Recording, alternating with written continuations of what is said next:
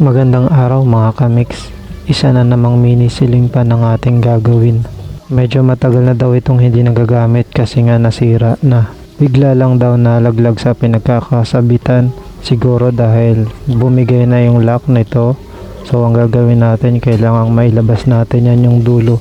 At gagawa natin ng panibagong lock. Una, syempre, check muna natin kung ano yung pwede nating magawang paraan. And subukan muna natin kung gumagana pa ito. Tatanggalin din natin mamaya yung mga wires nya. Subukan natin paikutin. Isaksak muna natin yung dulo. Paikutin natin para malaman natin kung gumagana pa rin. Pero bubuksan din natin yung loob nyan mamaya. Testingan muna natin to. Isaksak na natin. So yan, umiikot pa. Pero titignan din natin yung loob niyan kasi tatanggalin natin yung wire para mas madali nating mabutasan yan mamaya. So buksan na natin. Huwag na nating patagalin. Ayusin na natin to. Siya nga pala ang gagamitin ko ay pako. Tatanggalin ko yung dulo niya, yung tulis at saka yung ulo. Tanggalin na natin. Ayun, wala na. Pwede na natin gawing lock. Buksan na natin to.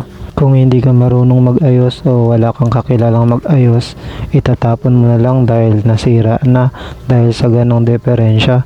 Pero pwede pa palang ayusin. Madalas kasi talaga tinatapon na yung mga naputol lang pala yung wire, yung natanggal yung lock, naputol yung spring, tinatapon na lang ng mga may-ari.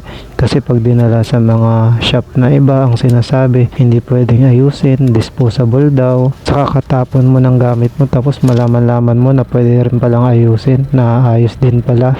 Kaya mas maganda kung gusto mo mag-DIY, kung gusto mo makatipid. Marami ka namang makikitang tutorials, marami kang mapapanood. Konting effort lang para makatipid. Medyo umangat na rin yung magnet nito ng kalahati. Ibabalik natin yan, pero bago ang lahat, linisan muna natin kasi medyo maalikabok na. Brush-brushan lang muna natin ng konti para matanggal yung mga dumi. Tapos pagtapos nito, ayan, ibalik na natin. Ang ginawa ko dito sa takip ay binawasan ko pa ikot. Binawasan ko ng konti para labas yung dulo nito at binutasan ko na rin. Ito yung lock. So tignan natin kung magiging maganda kapag nilagay natin, kung sakto yun, sakto naman yung butas. Matagal-tagal kong pinag-isipan kung anong gagawin para maging presentable pa rin tignan pag naayos natin, yung hindi halata na binawasan yung takip.